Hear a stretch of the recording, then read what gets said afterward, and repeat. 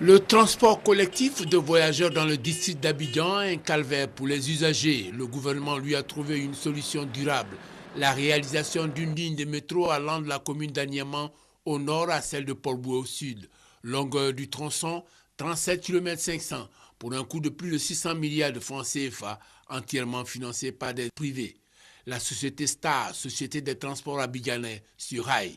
Les travaux peuvent désormais démarrer parce que la loi de ratification de l'ordonnance de concession signée le 1er octobre dernier a été adoptée par les députés de la Commission des affaires économiques et financières de l'Assemblée nationale en sa séance de ce mercredi 25 novembre 2015 avec des dispositions particulières. Nous avons déjà un code des investissements qui existe et qui est en vigueur, qui a été pris en 2012. Ce code des investissements, par exemple, indique qu'en phase d'investissement, vous avez quelques avantages, notamment 40% de réduction des droits de douane. Mais ces avantages, vous les avez sur 2 ans.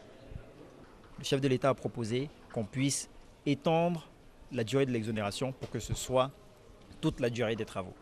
Avant l'examen et l'adoption de ce projet de loi, les députés se sont prononcés sur un autre projet de ratification. Celui-là a trait à l'exonération de la taxe sur la valeur ajoutée et la réduction de droits et taxes de douane sur l'acquisition de matériel informatique, de tablettes électroniques et de téléphones portables.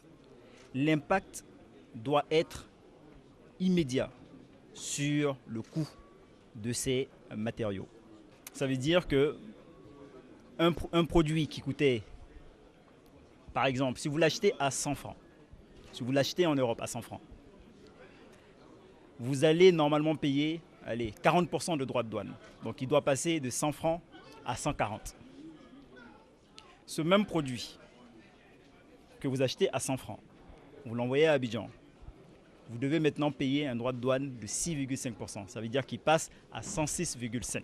2 actes de bonne gouvernance qui ont mobilisé, outre le ministre du Budget, 2 autres membres du gouvernement qui soulignent ici la portée stratégique de ces 2 projets de loi. C'est un projet qui est financé à 100% par le secteur privé.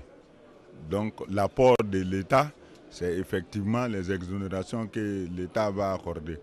Et nous sommes heureux de constater que c'est un projet auquel l'ensemble des honorables députés adhèrent parfaitement et compte tenu de l'importance du projet. Il nous manquait cette couche au niveau de l'accès, donc un prix abordable, un prix supportable et des conditions d'acquisition supportables par la majorité des Ivoiriens.